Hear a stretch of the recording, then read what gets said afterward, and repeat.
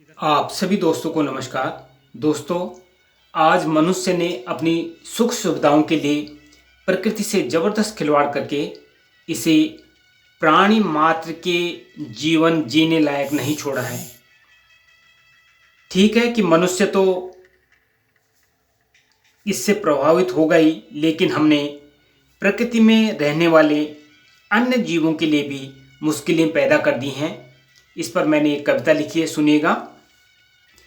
कई अरब वर्षों में यह धरा बनी और जीवन जीने का आधार बनी, लेकिन मानव की अति महत्वाकांक्षाओं से यह धरा जीवन जीने के लायक नहीं रही। वायु प्रदूषण, ध्वनि प्रदूषण और जल प्रदूषण फैला रहे, ओजोन परत को नुकसान पहुंचाकर जीवन चक्र को रोक रहे।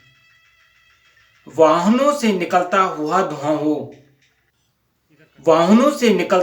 धुआं हो या कारखानों का प्रदूषित जल, अनवांछित ध्वनियों से कर ध्वनि प्रदूषण, रसायनों से मृदा और साथ में रेडियोधर्मी प्रदूषण।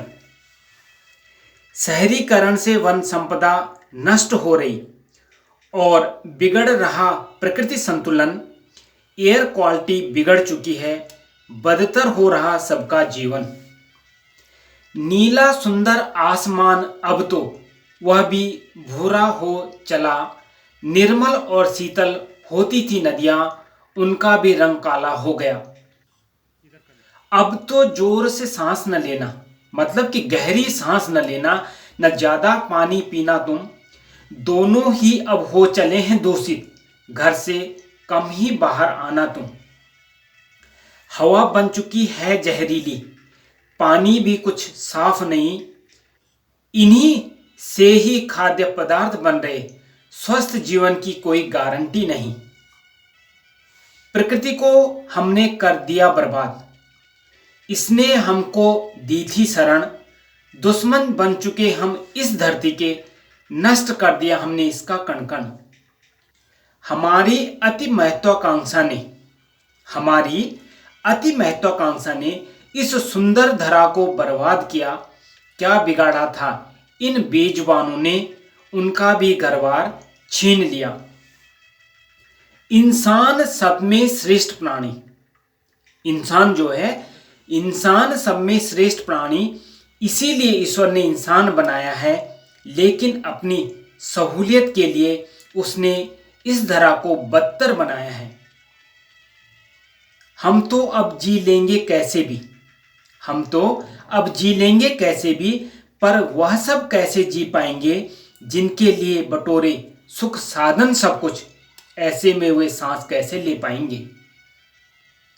किसने तुमको अधिकार दिया, हे मानव, किसने तुमको अधिकार दिया कि तुम दुनिया को बर्बाद करो।